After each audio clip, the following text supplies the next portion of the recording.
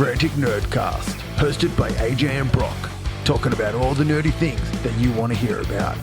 Let's get into it. What's up, nerds? Welcome back to Frantic Nerdcast, episode number 6. G'day. Hope everyone's having a fantastic 2024 so far. How's yours going, Brock? It's been a good start.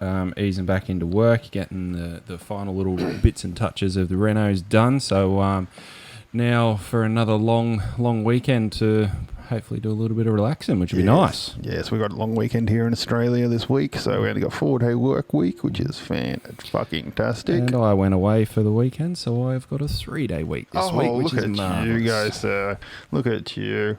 Anything of the nerdy nature been happening for you?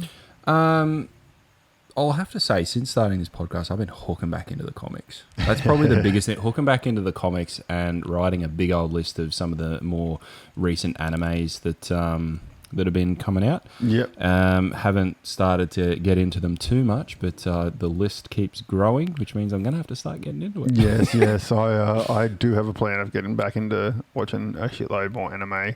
I've we're talking about Supernatural last episode. Yes. I was just started back watching that again, and I am up to season 10. Oh, jeez, yeah, I've been smashing through it. Yeah, I think I've watched maybe 4 or 5 episodes since we spoke. Yeah. So I'm still on the same season. So I'm smashing through that. I just want to try and get it done. So I can officially say I have watched the entire show because I've never kind of finished. I've watched the final episode, but I've never watched the actual full show. Ooh, see, I might even just skip forward to the last episode and see what that's like, because I haven't watched it either. Yeah, the good thing about it is, if you want to just skip to the final episode of each season, they have a recap of the entire season before the episode with a carry on my wayward son. Of course. So that's always a handy dandy little thing. Yeah, that's really about all the excitingness that has been happening. Oh, we did ask a question on Facebook yesterday. I think I posted it from the day we're recording this, of what people are looking forward to in 2024. We had a big majority, Dune 2. Mm-hmm. Got how can you not be excited about Dune 2? I said it on Facebook. I hope they nail the landing. That's all I can say. I hope they nail the landing. We've talked about it, the trailer and all that kind of stuff, a little bit of the history of the show and stuff. But I hope they nail that one. And I personally am looking forward to. Mantic Games have a new epic scale, so tiny little miniatures, if that makes sense, version of their Wargame Warpath coming out on Kickstarter. So rather than your standard type miniatures, which sit at about 28mm scale, these ones are sitting at 8mm? They said it's 10. 10mm? Okay. 10 or 12, I think it was said on their little post thing, but they've been sharing little chunks of the rules every week. And I'm just looking forward to it. They're chucking it up on Kickstarter, and I believe they're going to be releasing STLs for it and all that kind of stuff as well. You can get through their website, and which should be good. Funny you say Mantic. For me, I'm actually looking forward to the Worms board game. Now, those who don't know what Worms is, it was more or less an 8-bit sort of 2D computer game from back in the 90s, where you got a team of worms and you had to beat the other team of worms via throwing sticks of dynamite and rocket launchers and all sorts of stuff. It was terribly addictive. They're adapting it to a board game, and I am actually super keen to see how that is adapted across. Yes, I think I was backing it, and I think I pulled out from memory. Oh, I backed it. I can't remember. I might have backed it. I'm gonna have to check that out. I don't think I did, because I haven't got any emails about it. So. But you know what it's like with Kickstarter. You back stuff, and then 2 years later, it pops up at your front door. You're like, I didn't remember I did that. Well, that was like when I got the dice spinners. I didn't even know. I remembered backing it, remembered cancelling it, remembered them turning up on my door, thinking, "Ooh, whoops." Yeah. So it's just all about trying to keep track of them, which you don't, and then you don't realise how much money you spent. So that's always a fun thing. You look back and you're like, oh, fuck, did I spend that much on postage? Oh, my God. Anyway, that's enough chit-chat. Let's get on into the show. So let's start off with this one.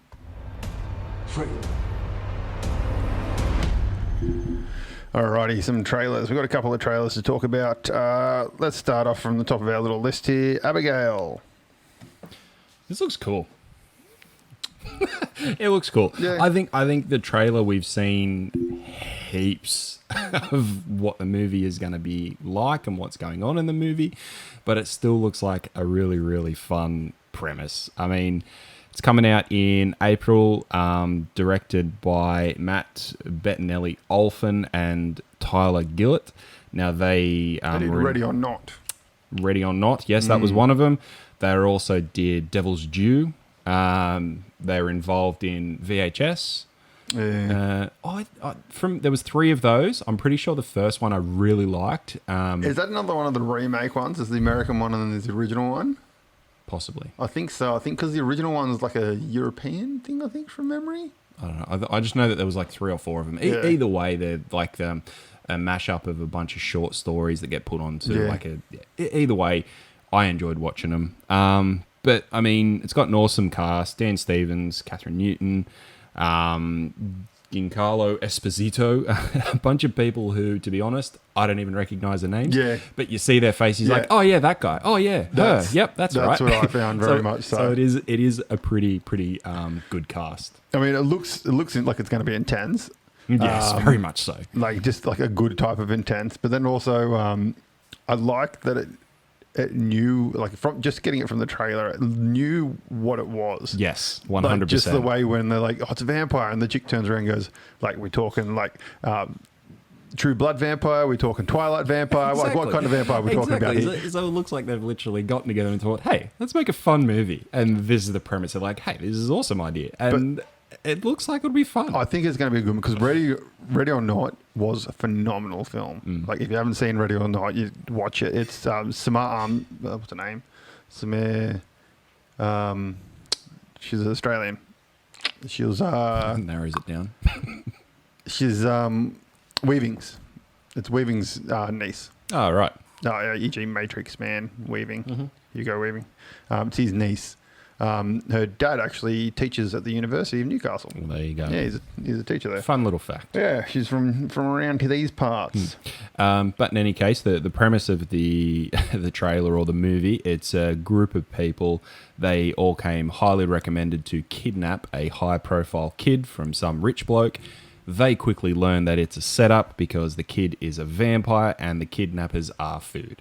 Yep. That is the premise of the movie. And she's a ballerina. Oh, and she's a ballerina vampire. It's very important because they say vampire ballerina multiple times in the trailer. Yes. It looks like a vampire slasher that won't take itself too seriously and just be a lot of fun. Yeah. Yeah. No, it should be good. It should be an entertaining movie. I'm looking forward to it. They didn't really give much plot in the thing. It was just more like, vampire. Rah. Oh my God, it's a vampire. We need to kill it. To be honest, I don't think there will be much plot to it. Yeah. Pretty much. All right, let's move on to Cold Copy.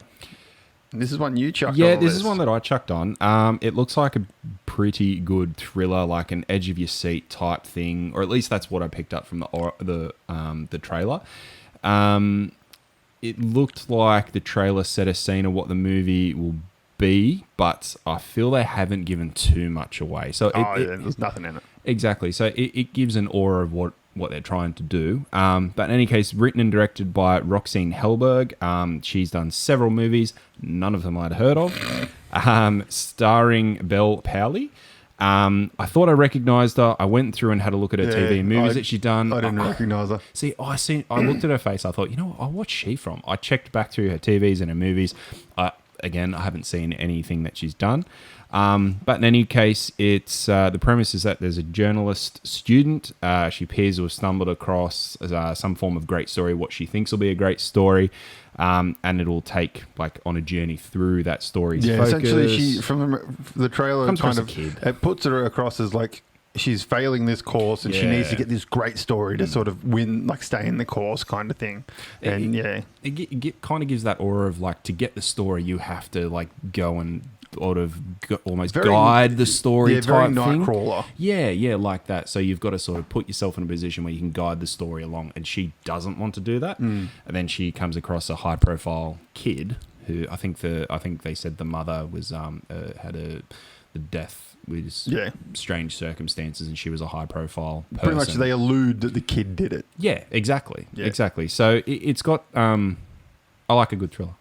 It's got that aura to it, so it could be good. I found like it's going to be slow burn as fuck. Yes, it will be. Like just looking at that trailer, you can tell it's going to be a slow burn movie, and I feel just from the trailer, for me, it came across as it's going to be very artsy and kind of commentary-ish. Yeah, I'd agree with that. Actually, it will have that artsy element to it, and I think the commentary style of movie, it's just gonna turn me off. I feel like I'm gonna get halfway through it and just be like, fuck off. The thing for me with it is I hope that they don't do what a lot of the like thrillers nowadays are doing, where they'll sort of have you on a story, but they'll put a twist every 3 minutes. So it's like, here's a twist, here's a twist, here's a twist. So it just doesn't actually get you onto the edge of your seat because, well, what's the point? Something else is going to happen. We can all blame Captain Shittalon for that. Emron Shittalon. So as long as they keep it reasonable through that and actually sort of take you along a journey of having sort of a plot point that keeps you on the edge of your seat and teasing with elements of it, I think it'd be good.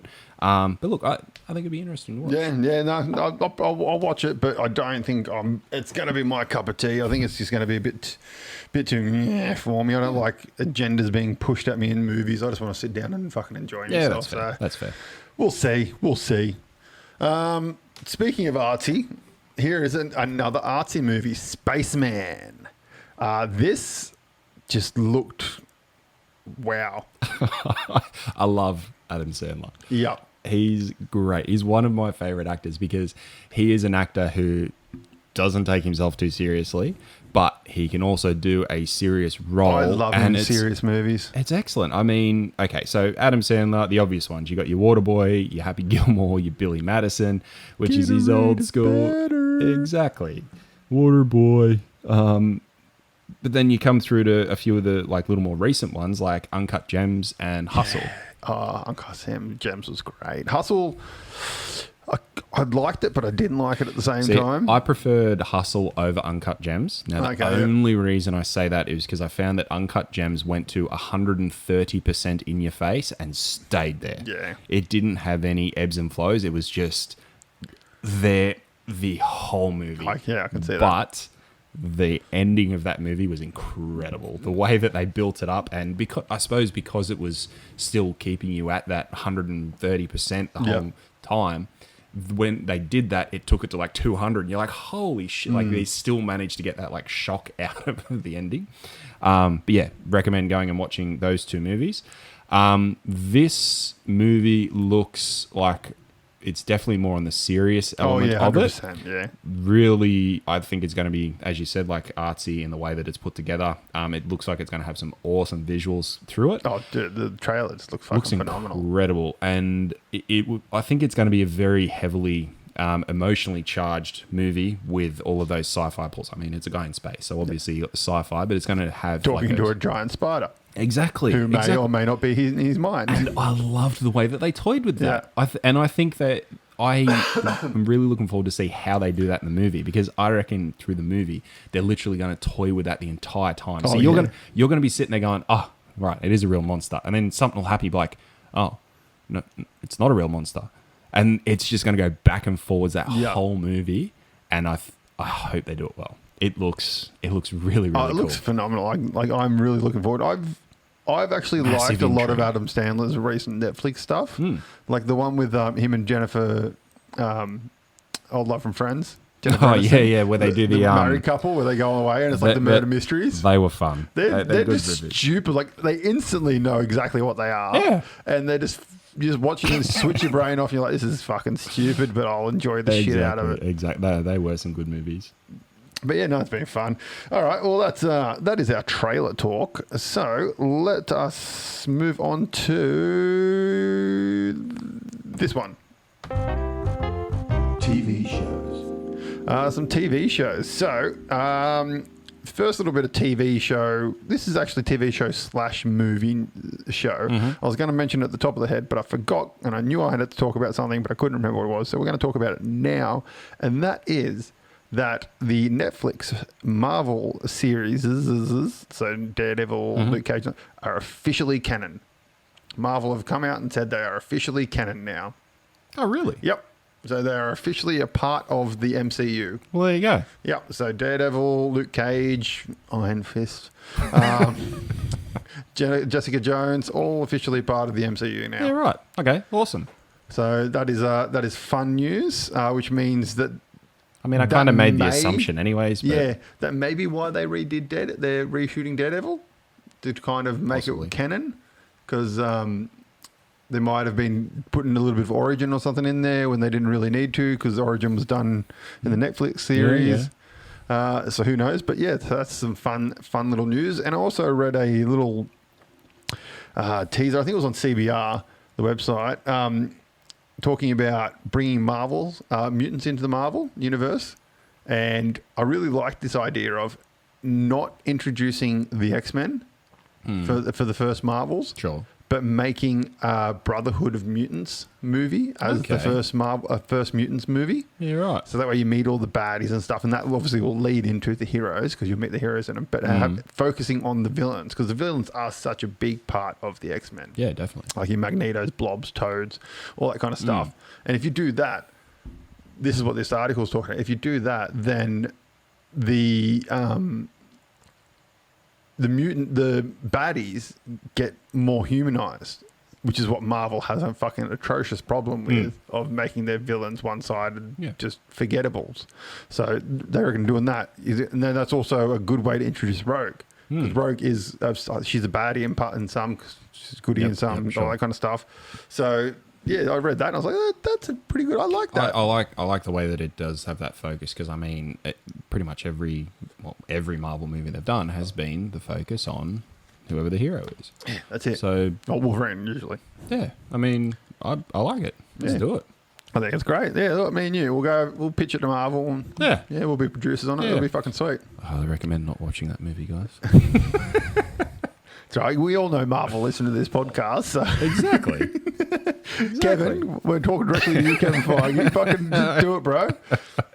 Okay, so back to TV shows. So this one is from a fan of the show, Cooper Lewis. He wants us to talk about Trollhunters. Right. So how do you want to do this? Because we can talk about Trollhunters, or we can talk about the series as a whole, kind of. Well, I've put a little spiel down, so we'll talk about that, and you just interrupt me whenever you want to. Sounds good. So pretty much, for those of you who haven't watched Trollhunters is on Netflix. We'll chuck that out straight away. Watch it. If you don't want to be spoiled for what happens, I'm not going to put many spoilers in here, but just a heads up. I probably accidentally will, and I don't care. This show is fucking incredible. Okay, so essentially Trollhunters, it's called Trollhunters Tales of Arcadia. Yep. It's a CGI animated show by Guillermo del Toro, which we all know from his movies such as Hellboy, Way of the Water, all that kind of stuff. Mm-hmm. He did it with a chap named Daniel Kraus. And they both collaborated on The Shape of Water together as well, apparently. So one thing I had a bit of a backstory there is Guillermo and Daniel Kraus, they actually wrote a novel for this, which then they adapted to TV, because I understand that Daniel's more of a writer. He's a writer, yeah. And then, he's a book writer. And then Guillermo does the adaptions. Yeah, so the basic plot of the show follows the main character, Jim. He finds a magic amulet, which makes him the new troll hunter, the protector of trollkind who live under Arcadia, which has a crystal that gives life to the trolls. Essentially, that's a very biggest jumble of what actually happens, but that's pretty much it. He's essentially the first ever human troll hunter. They've always been trolls, so most of the trolls hate him because he's human. That's the basic plot of the show just there. Now, Jim's got a couple of friends. There's a little kid he's a ginger? Yep. Yeah, a little ginger kid. And then there's a chick who he likes. They become friends and eventually love interests. The series is split into 3 parts. So the first part, seasons we'll call them, is Jim coming to grips with his new role. Part 2 is Jim being, just trying to come to terms with the events that happen in season 1, and then people starting to figure out his double life, and then season 2 is his double life starts to catch up to him. There's an ancient wizard, and Merlin appears as well. Again, very quick recap. So the show then continues into another show called Three Below, which is about 2 alien royalty who escape from their planet, crash into Arcadia, and there's they meet up with a couple of the sort of side characters from Trollhunters, all that kind of stuff. That went for 2 seasons. Yeah, not as great. It's good to tie the stories through to sort of see what they were trying to achieve and whatnot. It doesn't stand up to Trollhunters whatsoever. Like, I can't stress enough how good Trollhunters is. So then it continues with a third series, which is third part of the Tales of Arcadia series, which is called Wizards, and that focuses on Dixie, who was a former apprentice of Merlin. Dukesy, is it Dukesy or Dixie? Dukes, that's it. Yeah, and he goes through and gathers the Guardians of Arcadia, and then they travel back in time to Camelot and fight Morgana, the bitch who killed King Arthur. Bingo. And then after that, we all thought that was it, but no. Here comes the movie Rise of the Titans, which pretty much is the big conclusion to the entire saga, and it's phenomenal. Jim was voiced by Anton Yelchin. Anton Yelchin. Yeah, who I love. Some of you have probably seen him in Star Trek, the Kelvin timeline movies, the J.J. Abrams ones. He was also in a really, really funny comedy called Bury the Ex, which I really loved. It pretty much his girlfriend gets hit by a car or something like that and comes back as a zombie. Yeah, right. All while he's trying to move on with a new girl who's at Adria Dodorio or whatever her name is. Very, very funny. And then also he is in a fantastic movie called Odd Thomas. It's my favourite movie with him in it. Love Odd Thomas, man. I actually, after I wrote this, I went and rewatched Odd Thomas. It's such a good movie. And the books are phenomenal as well. That's easily my favourite movie. Shannon and I stumbled on that movie one day as well. It was just flicking through Odd Thomas. Okay, let's give it a watch. And we were both like, oh my God, that was incredible. Yeah, it's great. We'll talk about Odd Thomas in another episode. It's a fantastic one. And then, unfortunately, Anton Yelchin died very suddenly when his car handbrake failed and rolled down and squashed him between a fence and killed him, unfortunately. So he was replaced with Emil Hirsch, who most of you would know from The Girl Next Door, because it's a fantastic movie. And the show's also got Kelsey Grammer and lots of other voice actors and stuff. Pretty much a lot of voices that you would actually recognise. So, Kelsey Grammer, Ron Perlman, Jonathan Hyde. Again, some of the names you may not recognise, but the voices you will recognise. Hellboy. Yeah, exactly. If you don't know, or Sons of Anarchy. All that kind of stuff. The show is so good. Like it's really well done. It's one of those shows that most people would see, look at it and go, oh, it's a Netflix animated series for kids. That is literally what I did. I scrolled on it. I thought exactly that. But then Cooper, the recommender for us to talk about it, said, no, dude, go watch it. So I did. And I absolutely smashed through all of it very, very quickly. So I started watching it when the first part actually came on.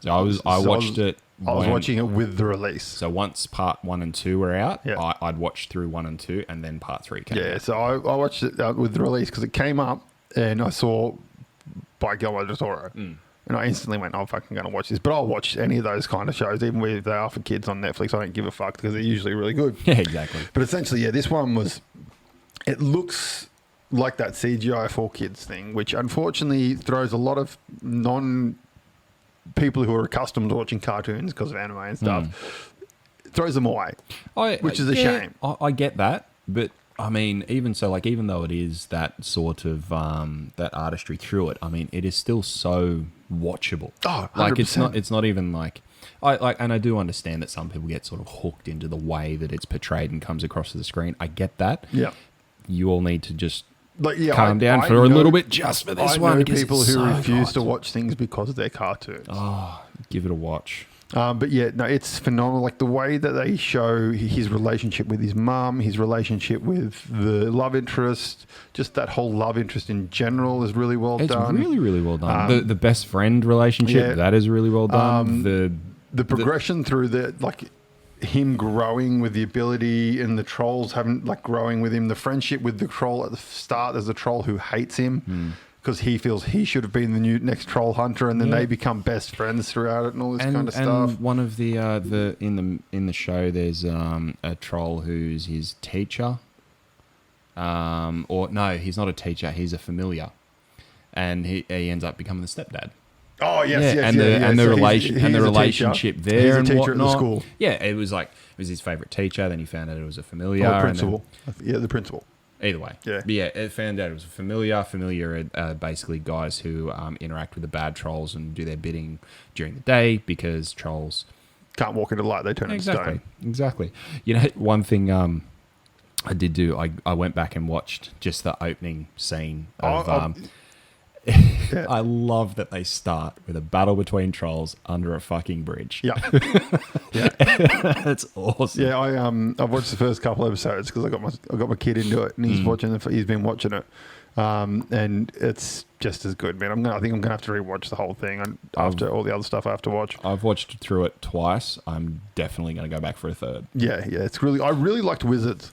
I really liked Wizards. I thought it was a great show. So for me, it was Trollhunters season 1 and 3. Yeah. Wizards, and then back to Trollhunters season 2, and then the 3 below came in last. Yeah, it's not good. The movie's really good. The movie's really good. Great. The movie is a great combination. I cried at the end of it, which it got me. And only at the end? I believe from memory, I posted on Facebook something like, "Well done, Trollhunters. You made me fucking cry, you bastards.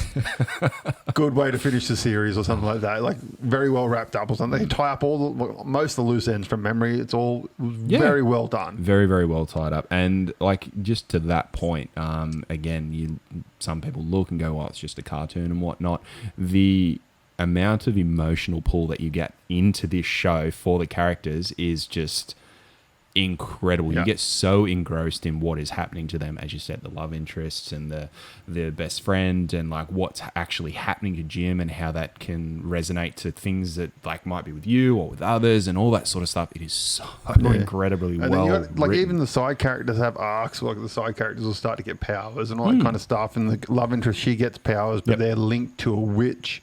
And that was really well done. She gets taken over by the witch at one point and all this kind of stuff. It's very well done. It's Guillermo del Toro. The dude knows how to tell stories. And one thing I'll say is that even no matter what show you get, it's got fillers, right?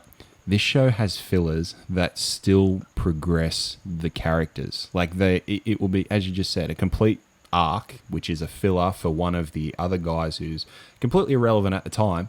But then you get drawn into what's happening to him, and it just becomes not a filler. Yeah. And I can safely say for that show that 3 Below was a bit of a filler. Okay. I'm talking just Trollhunters at the moment. But it's an amazing show. Highly recommend you watch it. Props to Emil Hirsch for filling in the boots, because I believe it was Anton for season 1 and 2. He died during season 2, but they had enough audio to finish season 2. I think I'm pretty sure he actually passed before they released any of it. Oh, okay. I think it was actually posthumously released for the entirety, because it was released in 2016 or thereabouts, and he passed in 2016. Oh, okay, yeah. Yeah. So I'm not sure if they released some of the earlier ones or whatnot. They did too, because it has the for Anton thing at the end of the first episode. Yeah. Which I assume they put in afterwards because Netflix can re-upload. But exactly. It might have been. Go watch it, guys. It's fantastic. It's some good watching. If you got nothing to watch, chuck it on Netflix. It's phenomenal. Even if you have things to watch, stop watching that and go watch this. It's good, it's fun, it's brilliant, and I highly recommend it. So head over there and watch it away, guys. You'll thoroughly enjoy yourselves and love every minute of it. Just quickly before we get on to the next bit, as we touched on, there are books as well. So those who do prefer to read books, there are books, there are comics. So you can go have a read of those to read through the stories. I imagine that they will be just as incredible. I am going to go give them a read. Yeah, I'll probably jump into the comics, I think. It's good. Anime. Okay, so on to some anime, but this is technically also a TV show, so they're both kind of linked there. And this is the live adaptation of Yu Yu Hakusho. This was fun. It was great. I love this adaptation. So I've not seen any of the anime for Yu Yu Hakusho. Neither have I. I hadn't really heard of it. I seen it on there. I'm like, you know what? Let's give it a crack. And I mean, there's an early fight in the show between the main character, which is Yusuke, and another prominent character in Kazuma. And there is a shot where Kazuma and his 3 or 4 goons, you see them like, and it's brilliantly shot. You can see them like, the camera is down a street, or down a corridor rather, and you can see through a door, and they're on the other side of the door, out like sort of on a road, and there's the 3 or 4 guys that kind of picking Kazuma up because he's just been knocked, but then you see Yasuke come flying through and just absolutely fly kick them. But the way that it was done was awesome because you just weren't expecting, or at least I wasn't expecting that. I seen it happen, like, fuck, that was awesome. Really, really well done. Super, super fun show. Yeah, give us a rundown of what the show is. So. Okay, so there's 5 episodes up on Netflix. It's an adaptation of a manga and anime from back in the early 90s. So, as I said, I've not actually read or watched. I'd be pretty keen. I think I've seen the anime, like, just like bits and pieces of it. Yeah, sure. Okay. Because I think because back in the day, SBS used to run a whole heap of animes back before streaming services and all that kind of shit. And back in the dark days. Yeah, it's actually where I discovered Bubblegum Crisis. Right. Which is a phenomenal show. Bubblegum Crisis, Tokyo 2044 or whatever it's called. Mm-hmm. They had like a marathon of the entire season on Christmas Eve. It was phenomenal. But they used to run a whole heap of shows like that. So I'm guessing it might have been on there, or I've probably just run into it on like some anime watching this. Yeah, okay. When I'm just looking for random things to watch. So basically it's about a kid, Yasuke, who is killed by a freak accident from a car crash. When he dies, he turns into a ghost. That's actually really cool the way it does. He just sort of stands up, looks around and goes, I guess I'm dead now. It's really, really, really nonchalant the whole way through. He is offered to become a spirit detective so that he can find out why demons are starting to plague his world and why the veil between the demon world and the human world is growing thinner, allowing for these demons to continue to come through to the human world and grow stronger and whatnot. So that's more or less where the show starts, and they give a little snapshot of how that car actually crashed. It's because it was being possessed by some form of demon, which basically looks like a little cockroach thing. It just climbs in under your skin and then starts to take over your body, and because of that, the guy driving the van just goes absolutely nuts. It's got some really, really cool scenes of that happening, like through the car just rampaging through the street, and also how Yusuke dies. He's actually saving a young girl, so just jumps across the street, saves a girl, and just gets absolutely demolished by this car. And then, becomes a spirit detective, trying to find out what's going on. And then sort of the next 4 episodes are more or less about that. Yeah, him kind of learning how to do his job and learning how to use his new abilities. Like he's got his little finger gun. Pew, pew. And eventually they, in the episode 5, they fight the big bad kind of thing of that little arc, which I'm guessing is one of the many arcs of the show. Many arcs. And it was just a thoroughly enjoyable show. Did you watch it in dubbed or subtitled? I watched it dubbed. Yeah, so did I. Yeah. Yeah, subtitles a bit too much effort. Yeah. Did you find, I found, because 5 episodes, I found that episode 1 was incredible. Yep. I thought episode 5 was an awesome way to finish. And I thought episode 2, 3, and 4 they just weren't as engaging. Yeah, no, I agree. It was, it felt like they kind of stretched that little bit out, which, it's anime. That's kind of how it is. But the fight scenes and stuff were phenomenal. Oh, all of them. The fight scene, which is after he comes back as a spirit detective, that first fight scene when you've got that absolute rogue guy with the demon.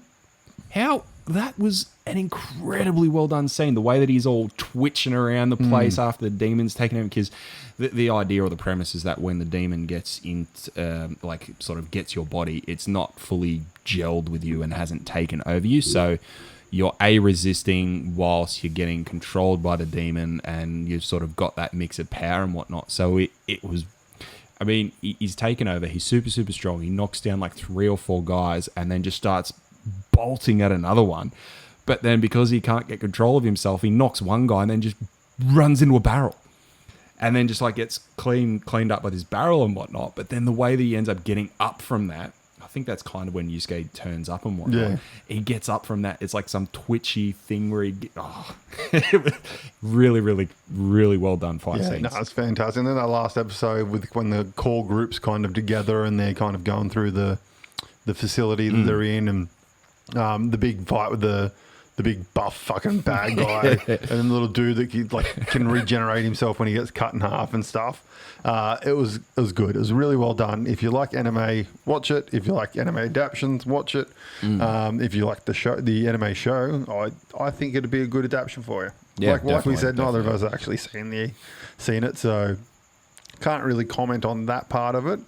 But it's got some really, really awesome action scenes in it. Some of the better ones I've seen in recent times. I found just really, really, really well done. Give it a go, guys. Highly recommend it. It's fantastic. All right, well, let us jump on to the next thing. Some comic talk. So, if you were listening last episode, did we do this? Yep, last episode. Last episode. Me and Brock set a challenge for each other to read a comic and then talk about what we thought of said comics that we talked about. So, let's start with you, Brock. I suggested for you Return to Wonderland by Xenoscope. Yep, Return to Wonderland. So, I thought this was an awesome adaptation of the Alice story. It's the artistry in the panels are really, really sweet. Like it's a cool visual comic to go through and look through. There was one downside for me is that I found that it was another telling of Alice. Yeah. It's probably my favorite telling of Alice, but it was another telling of Alice.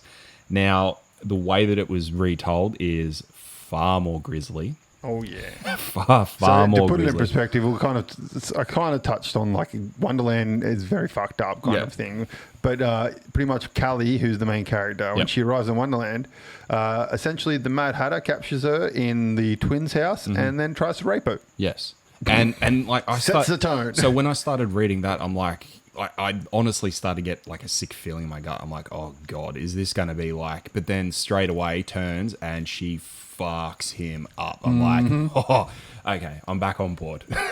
and if that was setting the tone for like how it's not just, there's these fucking sadistic people in the comics just taking advantage and whatnot, and for it to actually be more so about Alice sorting shit out within there, I thought that was really, really awesome. But my favorite part or concept of the comic is what Wonderland is. Yes. Compared to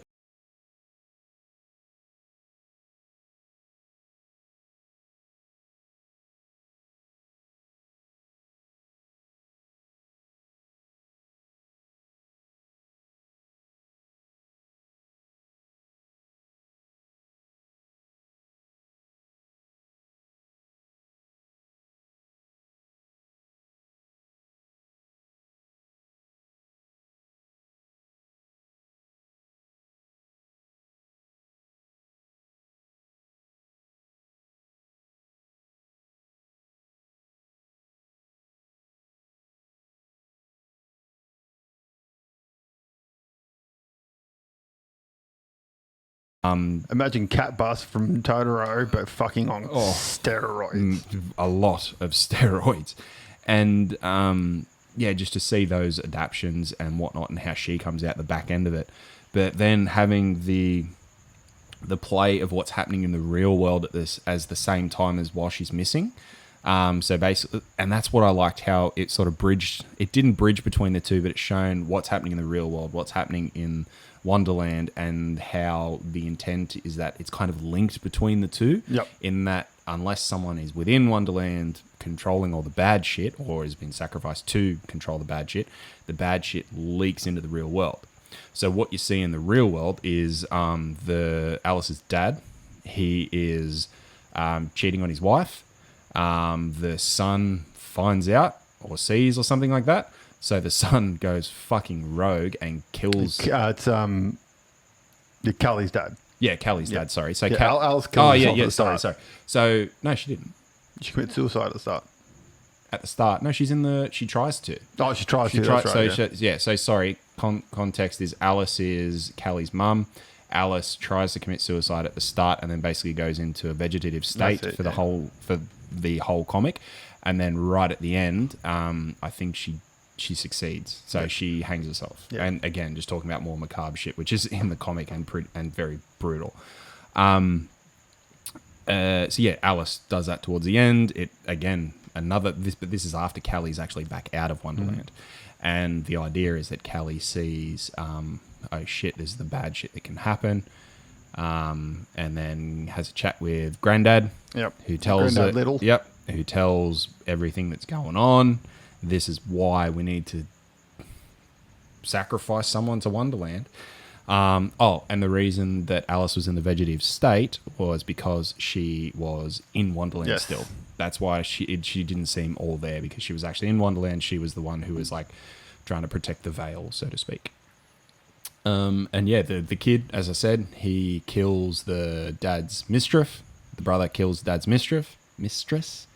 And then at the end, he pretty brutally murders his dad as well. Yep. And then Callie comes along and goes, maybe Granddad was right. And she pushes him into Wonderland. That's it. And I thought that the concept around that was fucking incredible. Like, it was really... So start off with, yes, it's another telling of Alice, or the story of Alice in Wonderland, but it is an incredible telling of it.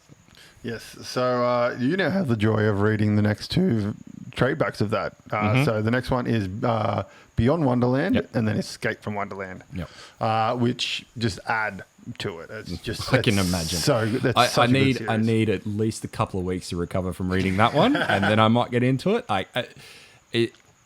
What we're talking about is very, very brutal. It is a very, very heavy in its context. So don't take that lightly. It is really heavy, but it is a very good story. Yeah. So the guy that wrote it, I can't remember his name, but he, I'm pretty sure it was him. He also did another one for Xenoscope called Fly, which is also another. It's a kind of like it's based on this chick who discovers this drug that allows her to fly and kind of become like a superhero. But then she gets addicted to the drug, and like it's based on his mum, I think, who got like super addicted to drugs and all that kind of stuff. And it's like he's sort of telling of that sort of story, but more in a relatable comic book kind of way. Okay. And so he's got a great way of sort of talking about real world things in the visual medium of comic books and superheroes and all that kind of stuff. So that's it's just a fantastic book, man. I still remember I found it and I was like, oh yeah, I like Wonderland, and the art's gorgeous. And I was like, all right, sweet. It is some really, really good art. So yeah, I read it. I was like, fuck, this is amazing. I think when I found it, Beyond Wonderland had just come out, the trade back for that, because they're 6-issue trade backs. And I think they're like halfway through Escape from Wonderland. Sure. So I was like, fuck yeah, read through that, smashed through that. Now it's continued on to an ongoing series. I think they're up to like issue 50 or something like that of the ongoing series called Wonderland. Then there's also... It's like Tales Within or something. No, it's like it's a continuation of Callie. Yeah, okay. Spoiler. I kind of figured that it would be based heavily around her with how prominent she was in the first one. And then there's based around the same time as the main trilogy, there are the Tales of Wonderland series, which is kind of like one-offs of like the Red Queen, Mad Hatter, all the main characters that kind of tell you how they got to be where they are, kind of thing. And then there's a spin-off called The Four Queens, which focuses on obviously the Four Queens of Wonderland. Then there's another one called Down the Rabbit Hole, which tells the story of when Alice first went to Wonderland, how she got there. Then there's a whole heap of them. I think there's about 30 different sort of lots of different things, like just one-offs or 6 issues, little arcs kind of thing. Cinescope are really good at smashing stuff out. But yeah, look, if the content is the same as the first one, it's going to take me a little bit to get through because, as I said, I need a little palate cleanser after that one. Yep. It was good fun. All right, so what did you give me? I gave you Injustice Year 1. Okay, so I thought you said Year 0, so I read Year 0 and then read Year 1 after you told me. No, I said Year 1. So Year 0, I'll talk about that, and then I'll talk about Year 1 because I read both of them. They don't really lead into each other. Have you read Year 0? I actually haven't. So essentially Year 0... it kind of leads into it just via the fact of the Joker. So essentially, Year 0, Joker's had enough of being treated like a piece of shit and like no one taking him serious. Yep. And he eventually finds the Chaos Ring. Is it a single issue or is it a trade back? It's a trade back, but it was only it was a fair few issues, I think. Okay. Essentially, it's the opposite of Dr. Fate. Okay. Kind of like he's fate. This is like chaos. Sure. And the Justice Society back in the day during the war, they Hawkman and Hawkgirl found it in a cave, and Hawkman got it on him, and they went out and they ended up in a battlefield during World War II and started belting the living shit out of it. Like Hawkgirl beating the living shit out of him. They eventually got the ring off. It went into the hands of the Nazis, etc., etc., etc. And eventually the Justice Society found it. And Aquaman took it and hid it under the ocean. Okay. And then eventually, modern day, Joker's sort of sick of, blah, blah, blah. And eventually he gets the Black Manta to take him down in the submarine. They find it. And Joker essentially becomes like the most powerful being on Earth. Right. With this thing. And with the ability, he can control people. So he goes through and he gets into Batman, Justice Society's computer and essentially starts taking the Justice Society, taking over one of them and taking out another member of the Justice Society. Yeah, right. So then the Justice League are like, we got to protect our homies. These are our heroes. Yeah. And there's a great scene where they're having a party in the Justice League Tower and Batman and the Dark Claw, I think his name. What's his name? Prowler or something. Essentially, it's Batman from the Justice Society. Yep. They have a punch-on just for the fun of it, just in the Justice Society, which is pretty cool. But yeah, essentially, Joker starts doing that, and then eventually, obviously, they beat the Joker, and then they decide to send the Justice Society off-world. Yeah, okay. So that's why a lot of the Justice Society aren't in Year 1. I think that was the main reason they made it, just to why are all these other heroes here? Okay. So they send them off, and it has a great one-liner which comes back in Year 1 where Harley Quinn and the Joker and Black Manta's submarine, and Harley Quinn's like, I want a submarine. Why can't we have a submarine? And then in Year 1, they have a submarine. Yeah. So that may have been why they made it, just for that one little pun. I don't know. So essentially on to Year 1. So alternate universe from the main continuity, which they call the main continuity one, like Planet 1, Earth 1. Yeah. That's it. They do Earth 1, 2, and 3, et cetera, et cetera. Yeah, so different continuity from Earth 1. Essentially, Joker puts a bomb on Lois Lane's heart. He's had enough of toying with Batman and wants to play on easy mode. Yes. So he puts a bomb on Lois Lane's heart. He kidnaps her, puts a bomb in her heart, and then as Superman kind of comes in to rescue her, sprays him with the Scarecrow's toxin. So he freaks out and thinks it's Doomsday, flies her up in the atmosphere, and Batman's in his ear like, no, it's not Doomsday. And then by the time he gets out there, it wears off and he realizes he's just killed Lois Lane in outer space, and then her heart stops and a nuclear bomb blows up Metropolis. And that's how that starts. And there are some really cool panels in that opening, really cool panels, really emotive panels and whatnot, seeing like you feel the raw emotion through the panels of what's on the face of the different people at different times. And essentially it kind of, up until that point, it's just another sort of DC, Batman, Superman, Justice League sort of comic. And then Batman's interrogating the Joker, kind of Dark Knight style, and Superman flies in. He's like, "Yo, fuck you," and then punches him through the heart and kills him. And that panel is incredible. Like, you see raw anger on Superman's face, which you typically don't see. And with his fist coming out the backside of the Joker's still got that grin on his face, happy at what's going on, because he knows exactly what's just happened. And Batman with pure shock on his face going, oh, fuck, because just like the Joker, he can see exactly how all this plays out. So essentially, this comic to me was very much the sort of untold story of Batman's belief in what Superman is. Where one little thing changes him from being the Earth's protector to the Earth's dictator. That's exactly what it is. And that's pretty much what it is. And I personally, I didn't even find him the best part of it.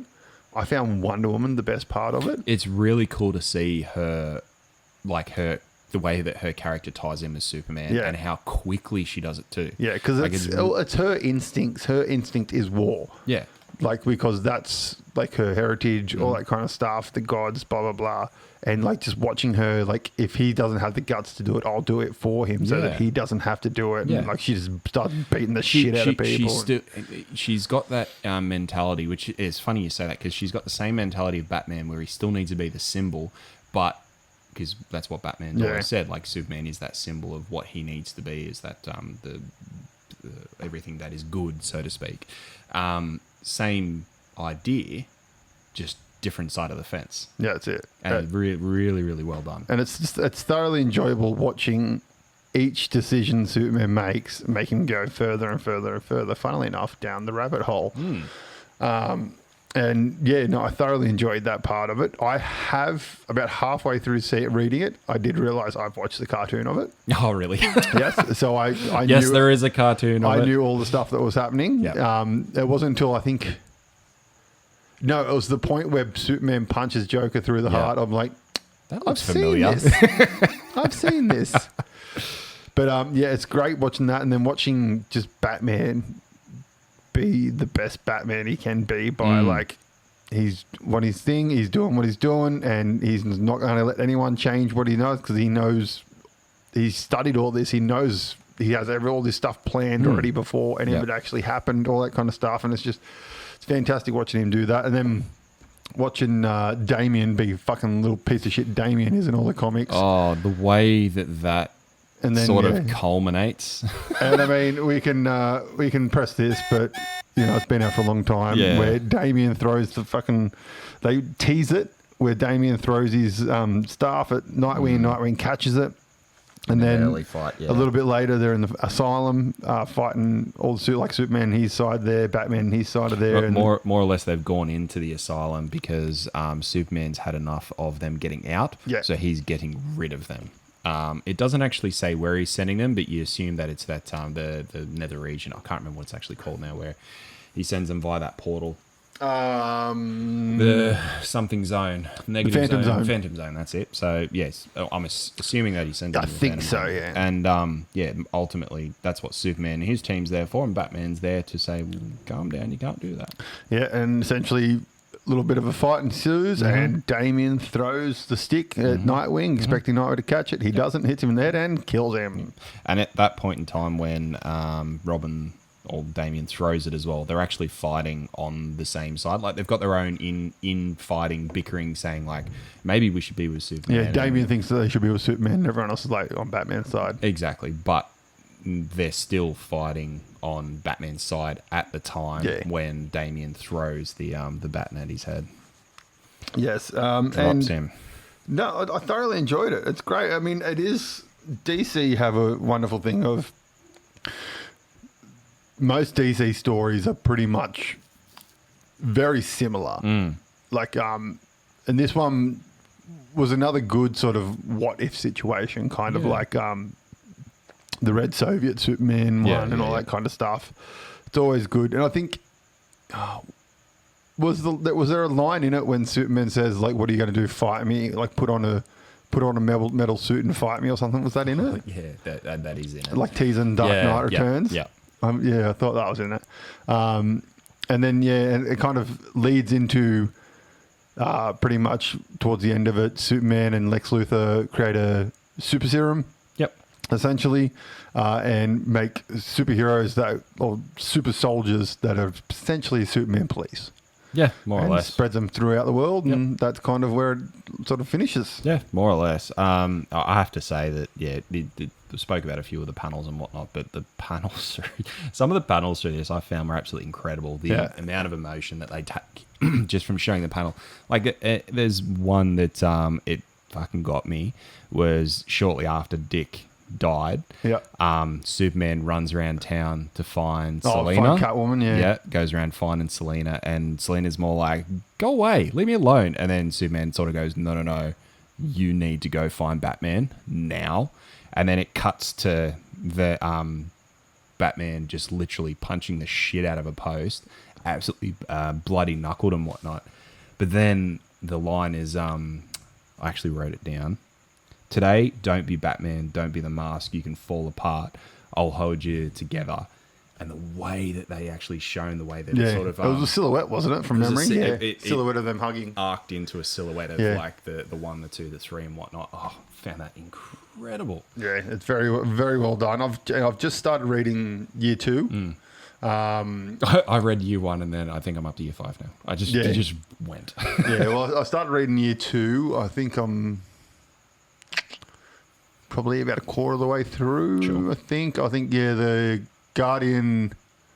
the Green Lantern Guardian dude just rocked up and confronted Superman, and Superman's sitting on his throne, pretty much like, "Fuck off. Yeah. Why didn't you protect Krypton? Fuck off." Yeah. Kind of thing. And I think that's where we're about up to. Uatu from the Watchers? I think they are the Watchers. But it was thoroughly enjoyable. Highly. Sorry, the Guardians. Guardians, that's it. Yes. And essentially Superman and Sinestro are kind of starting to team up. And it's actually really because that comes out a little bit further as the comics go through the other years. It's really cool watching Sinestro's influence. Okay, yep. It's really, really cool. I won't say much more than that, but it's really, really cool the way that's done. Where do the games lie? The games. So do they have influence on the comics, or is it just the game kind of? Is it a gap but not talked about in the comics? I'm gonna have to think back to that now, because it's been a while since I played the games as well. Well, now I'm gonna have to go back and play the games. Because the game starts off. Year 1 is a prequel to the games. I know that, and then because when he arrives, the super soldiers are there. Yeah. Because essentially, in the start of the game is Batman goes to fight the Joker. Joker goes to let a bomb off in Metropolis, and then all of a sudden they're in. Because I think the new Earth. Because I think the idea is that the games are a little bit different in that and I'm stretching a little bit because the comics came after the game. The comics came after the game, so I think the idea of the comics is that Year 1 was a prequel to the games. Yeah, and then they kind of just carried it on. They carried it on from there because it was so I think successful. Exactly because I think in the games it's actually a world where Superman's actually already gotten control, so to speak. Yeah, and there's a rift between universes. And Batman gets pulled. Batman from our universe, so to speak, from our Earth, so to speak. They get pulled into that world of injustice. Yep. I think that's what happens, but I am very much stretching my memory for that. And then the premise goes that their world, Batman's already gone, so Batman's now been brought into it from another universe so that he can help out. Essentially, and the other panel that the other thing I forgot to talk about in Year 1 is wasn't Bane in this universe. It was Superman that broke the Bat's back. That was very, very well done. Yeah, very, very cool. Just fucking lifts him up and just breaks Batman's back. And I suppose that's where it gives those odes to some of those like climactic scenes, so to speak, from other ones where they draw it in but mix it up a little bit to sort of give that, that's where that happened, and that they did that very, very well. No, it was really, really well done. Thoroughly enjoyed it. Okay, so are we going to do recommendations again? Do you want to do comics? Do you want to do animes, TV shows? Yeah. It's something that I definitely think that we give a recommendation, do a recommendation, then the following episode maybe do another one. So I'm happy to do whatever you reckon, like whether it's a movie, an anime. Right, well, we don't have to pick the same thing. So I'm going to recommend an anime to you. Sure. And now, have you seen Neon Genesis Evangelion? No, I haven't. Oh, cool. Whoa, do I recommend? Which one to pick? Well, I highly recommend that you watch the Neon Genesis Evangelion movies. Sure. So essentially what happened was the original series aired. It was 26 episodes. And then it was 2 movies. The first movie was essentially the series smashed together in a movie, because anime, they like to do that. And then the second movie, which was called The End of Evangelion, was a continuation. Okay. And the guy that made it got death threats. Like, he had to have full-time security at his house, all that kind of, like, it was hardcore. Yeah, and right. I'm not sure whether it was studio involvement or something along those lines, but apparently it wasn't how he wanted to end the show. Yeah, okay. So time passed, and he said he was never going to do anything to do with Evangelion ever again, blah, blah, blah. But then he decided, okay, I'm going to make a move. We're going to redo it. And so he made pretty much most of the series again into a movie, and it's called Evangelion 1.0. It's got like some other name, like I can't remember. But then when it came out in English, it was Evangelion 1.11. Okay. So in Japan, it was 1.00, in English it's 1.11, and then the sequels were 2.22, 3.33, 4.44. Okay. So the first movie pretty much ends where the show kind of sort of finished, and then the second movie is all brand new content. Okay. But as you're watching the movie, he changes the little things, like introduces a new character, a new pilot, Ava pilot, and all this kind of stuff, and like it's so much better. It is phenomenal. So like you watch, the only downside is in the third and fourth one especially, they use a lot of that new CG anime style. Yep. Which it's good and it's bad at the same time. But we're not talking about that one. I'm not recommending that one. Only reason I brought that up is... I have no doubt that it'll be a recommendation in the future. Yes, but it's a lot. I'm going to recommend a show which was created by the creative team of Evangelion, Neon Genesis Evangelion, and it's called Razathon. Okay. So essentially, I don't know how much I can say without really giving it away. Let's leave it there, and we can do the debrief, so to speak, when... Yeah, so essentially I found this one. There used to be an anime magazine. I can't remember what it was called. I don't think it went for it went for like 10 issues or something like that. But you got like kind of like a demo CD, like back in the day when game wanted to give you demo CDs and stuff. It gave you like an anime DVD, okay, where it had like the first episode of like 3 animes. Sure. And this was one of the episodes on it. The first episode of this, and I watched it. It's like it's a giant mech kind of thing, but it's just like one of those ones where you watch it, and even after you watch the series, you kind of sit there and you go, what?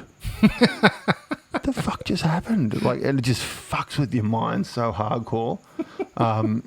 So my recommendation is for an anime called Razathon. Okay. And if you are playing at home, you want to watch some Razathon, some quality anime, get onto your favorite anime streaming service, and I'm sure you can find it, and enjoy away. So what is your recommendation for me, good sir? Well, it's one of those ones where I wasn't coming in with a recommendation, to be quite honest. But what I'll recommend is something that I went onto a little while ago. It's on Netflix, and I surprisingly enjoyed it. And that's Kengan Ashura. Have you seen it? don't think so. Give me a brief description. Basically, it's about these big conglomerate companies and the way that they decide on some of their dealings is through underground Kengan matches, which are fighting matches. Yeah. Pretty cool concept. It's live action anime. It's anime. Anime. Yeah. So yeah, it's anime. I think it's got 3 seasons at the moment. I enjoyed it. All right. It was one of those left field ones I just threw on, not expecting too much of it. Yeah, I find I tend to be disappointed by a lot of the Netflix animes. They're excuse me.